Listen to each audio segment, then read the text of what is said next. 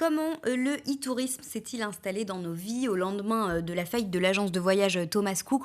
On parle tourisme numérique à l'occasion d'une conférence qui avait lieu ce matin à l'hôtel de région. Avec vous, Laurent-Pierre Gilliard, bonsoir à vous. Bonsoir. Vous êtes donc directeur prospective et communication chez Unitech. Unitech, c'est donc un incubateur pour start-up, un accélérateur. Voilà, c'est un des principaux acteurs de l'accompagnement. On accompagne 120 startups par an, dont certaines sur le e-tourisme. En Nouvelle-Aquitaine. Alors justement, le e-tourisme, qu'est-ce que c'est et qu'est-ce que ça représente aujourd'hui?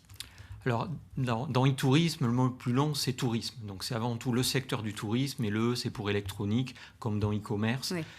C'est ce que va pouvoir apporter Internet et toute la famille autour d'Internet sur le secteur du tourisme.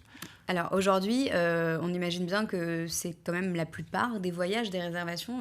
Est-ce que ce secteur a pris le pas sur le tourisme plus classique? Oui, effectivement, c'est le problème de Thomas Cook, de la faillite de Thomas Cook. C'est un peu le modèle dans la photo, ce qui s'était passé pour Kodak, qui n'a pas vu l'arrivée du numérique. On est un peu sur le même exemple. En 2007, quand les Booking ou les Airbnb ont commencé à exploser, Thomas Cook a continué à racheter des agences de voyage classiques qu'il a payées très cher sur 2007-2008, ce qui fait que peu de temps après, il a eu du mal à les rembourser, alors que la plupart des clients allaient acheter sur Oui. des plateformes électroniques. Et donc du coup, pour vous, cette faillite de Thomas Cook, c'est vraiment une preuve que le modèle a complètement changé ces dernières années? Oui, clairement, il a complètement changé. Alors, ça ne veut pas dire que ce sont les acteurs de l'électronique qui a gagné, puisque c'est des mouvements qui sont pendulaires. On voit aujourd'hui, il y a quelques années, sur le territoire, les hôtels, c'était un peu le grand Satan, Booking. Aujourd'hui, ils travaillent avec ce type d'acteurs, Oui. parce que c'est simplement un apporteur d'affaires, une plateforme sur laquelle les clients vont trouver des hôtels, qu'ils soient à Bordeaux, à Saint-Émilion ou à Paris.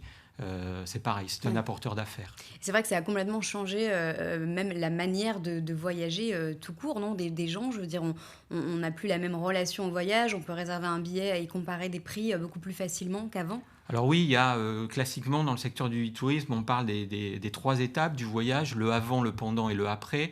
Le avant, c'est tout ce qui va vous permettre de préparer votre voyage, de comparer, trouver les meilleurs prix, voir ce que vous allez découvrir avec l'apparition de la photo, d'Instagram. Le pendant, c'est ce qui va vous guider sur place avec des cartes, des plans interactifs, de l'information. Et puis ensuite, vous avez l'après, où vous allez publier pas mal de choses, notamment sur les réseaux sociaux, sur vos photos, etc. Donc ça, c'est des choses qui existaient dans l'idée du voyage, mais qui ont été complètement bouleversées par l'arrivée du numérique. Oui, justement, pour tous les acteurs du tourisme, finalement, c'est vraiment une bonne chose et il faut qu'ils apprennent à s'en servir de ces réseaux sociaux, des gens qui mettent leurs photos. C'est une nouvelle mise en valeur des territoires. Tout à fait, c'est juste des nouveaux outils, comme à un moment donné, des réservations passaient par fax, il a fallu savoir faire marcher un fax, c'était assez basique. C'est la même chose. Être présent sur Google Maps pour qu'on trouve le loueur de kayak le plus près de l'endroit où je suis, trouver un hôtel avec ses tarifs à jour, ses réservations à jour, une page Instagram, une page Facebook. Alors ça peut prendre du temps, mais les acteurs qui accompagnent ces professionnels du tourisme sont aussi là pour vraiment les accompagner. Oui. Alors justement, vous accompagnez des startups dans la région, on va en parler tout à l'heure, des startups dans la région qui, pour certaines, développent cette activité et travaillent dans le e-tourisme. C'est quoi les prochaines tendances? Est-ce qu'on voit des évolutions technologiques ou au niveau des contenus? Qu'est-ce qu'on nous attend? Alors à Qu'est-ce qui nous chaque attend? fois, il y a deux grands aspects. Il y a les évolutions qui sont vraiment basées sur la technologie et des évolutions qui sont basées plutôt sur des nouveaux usages. Tout ce qui était, on prend souvent l'exemple de Yescapa qui est né chez nous, sur de la location de camping-car entre des propriétaires et des particuliers qui veulent louer le camping-car. On est sur une innovation de service. C'est un nouveau service qui permet d'utiliser la propriété de quelqu'un d'autre et ils sont juste en tiers de confiance s'il se passe un problème. Au niveau des technologies, il y a tout un tas de choses qui arrivent avec l'arrivée de l'intelligence artificielle, l'arrivée de la voix. De plus en plus, on va être guidé par la voix, accompagné. On va poser ces questions directement à un micro pour avoir les réponses. Voilà quelques exemples. Oui. Et puis il y a aussi toutes ces applications, je crois que Google le fait par exemple, de proposer des itinéraires tout faits aux usagers. C'est vrai que ça révolutionne complètement la manière de visiter une ville, un endroit. Il y a beaucoup de startups qui se lancent dans ce genre Alors de énormément, business. effectivement. De toute façon, la grosse tendance aujourd'hui, c'est que d'un côté, on a une massification du tourisme. On parle d'Amsterdam, on parle de Barcelone ou de Venise, où tout le monde veut voir la même chose qu'ils ont vu sur Instagram.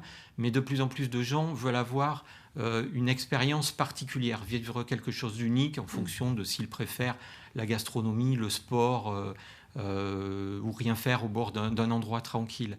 Donc, mieux connaître les personnes, ce que fait très bien Google nous connaît très bien, pour leur proposer des parcours individuels qui ne sera pas le même qu'à la personne Oui. qui est à côté de moi, c'est une des grosses tendances aujourd'hui, Ouais, donc effectivement. le numérique, internet permet de personnaliser vraiment, son voyage aussi. Oui. Ce matin, vous avez présenté, enfin pendant cette conférence a été présenté le Wonder France Festival. Alors c'est une nouveauté cette année. Qu'est-ce que c'est? Alors, son travail avec quelqu'un qui avait lancé un festival du film court fait sur mobile depuis pas mal d'années maintenant, une bonne quinzaine d'années. Et l'idée, c'est que des amateurs ou des professionnels puissent présenter des films courts de valorisation des territoires, du tourisme, de la gastronomie, de la culture, du sport. Des films qui vont être faits en vidéo.